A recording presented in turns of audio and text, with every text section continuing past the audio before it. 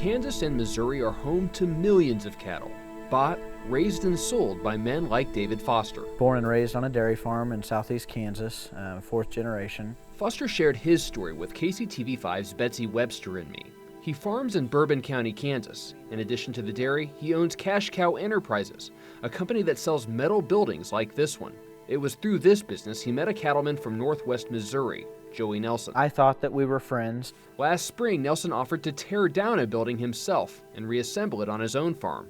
Here's the receipt. He was basically asking if he could be the subcontractor. He wanted to trade some of that labor for taking some of the materials home to use on his farm. For a while, everything was going well. The two started talking on a regular basis. He understood my work ethic.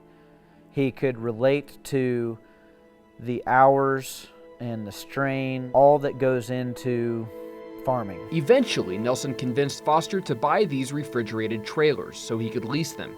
Here's the receipt from that agreement. So I was like, well, it's a good deal. It serves him, it serves me. Then in the fall, the two men partnered on some cattle. First a herd of 31, then 100 more from Nick and Justin Diemel's livestock company in Wisconsin. Our arrangement was that I was going to purchase the calves, he was going to feed and raise them, and then when they got to weaning weight, we were going to sell them and split the profit. But things started to go sour. Foster says Nelson stopped making payments on the trailers and the shed. You feel like you got stabbed in the back. Their cattle deal wasn't going well either. It came time for them to be due, to be weaned and then sold. And he was coming up with all these excuses and stories as to, well, why he hadn't sold them yet. It got so bad, Foster started secretly recording his conversations with Nelson. We're gonna go broke. We're gonna go broke if we do not get a break here. When he asked for money, Nelson told him he didn't have it. If I had the money, I'd pay you. If not, I don't want to. I can't. The audio is difficult to understand in places, but Nelson seems defensive. He says he's caught between people who aren't paying him and people he owes money to. And I've got guys in Wisconsin that, you know what, I'm trying to be nice because I know they are going to lose everything they own. He also references one of the Diemel brothers. I told Justin, I said, Justin, I know we owe you a load of money. He tells Foster that he's ready to hurt himself or someone else. Short of pulling a gun on somebody and hoping I don't go to jail myself. I was basically ready to go visit and tell him face to face, or, you know, we needed to count cattle. Instead, Joey Nelson came to him without warning. They ended up being dumped off on the property at Foster Dairy. Not all of them. Only about 35 of the 131.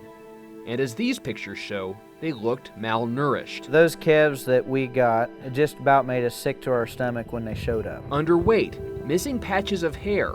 A USDA inspector later noted multiple emaciated and thin calves. Foster still doesn't know for sure what happened to his other 95 cattle, though he suspects they died in Nelson's care. That's not a herdsman. That's not a feedlot owner. That's not a farmer. That's not normal. The two cattlemen had stopped speaking to each other, but Foster did start doing his own research.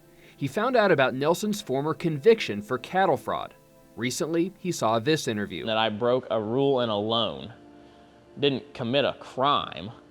I didn't, go out and rob a bank. He also reached out to Joey's other business partners, like the Diemels. Everybody had a very similar story. He found out Joey had a separate cattle deal with the brothers, though he doesn't know the details. Knew that Nick had every reason to be angry with Joey. Foster never did drive to Joey's farm.